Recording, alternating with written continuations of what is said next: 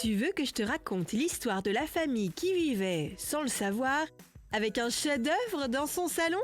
Ok, mais par contre, moi, je ne raconte mes histoires qu'aux enfants qui se lavent les dents. Donc attrape ta brosse à dents, ton dentifrice, et tu frottes, jusqu'à ce que l'histoire soit terminée.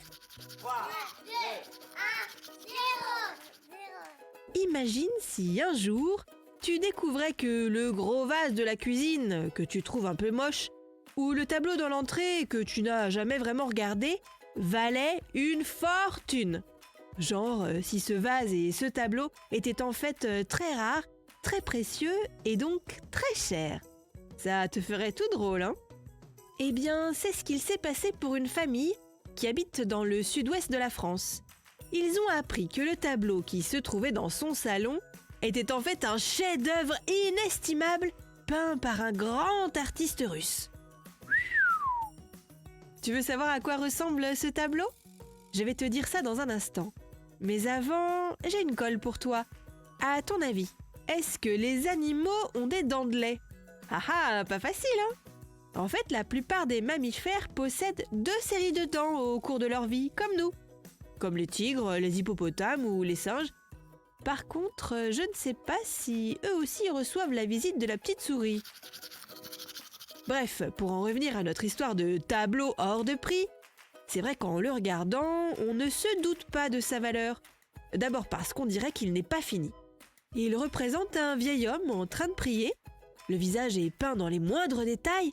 On distingue même les rides du monsieur. Son regard est vraiment très expressif. Mais au niveau de ses mains ou de son buste, eh bien, il n'y a rien. La toile est restée par endroits complètement vierge. On voit même les coups de brosse qui s'arrêtent sur la toile blanche. La famille qui vivait dans la maison a gardé ce tableau par attachement à son ancêtre qu'il avait acheté et ils l'ont gardé pendant des années sans savoir que c'était un chef-d'œuvre. Et puis un jour, ils ont décidé de vendre la maison. Alors ils ont fait estimer tous les meubles et les objets qui se trouvaient à l'intérieur, dont le tableau. Et c'est comme ça qu'un expert a remarqué que cette peinture, qui avait l'air pas finie, n'était pas un tableau comme les autres. Il s'est renseigné et a découvert que c'était un grand maître russe de la peinture qui en était l'auteur. Et tu sais à combien il a été estimé ce tableau? 200 000 €. Ça fait la valeur d'une maison, tu te rends compte? Moralité, avant de te débarrasser d'une vieillerie que tu trouves moche, demande d'abord l'avis à un spécialiste. Tu pourrais avoir une belle surprise. Bon, montre-moi tes dents. Fais A, fais I. Ah, c'est pas mal ça, bien blanche comme il faut. Tant pis pour vous les caries. Allez, maintenant, au lit.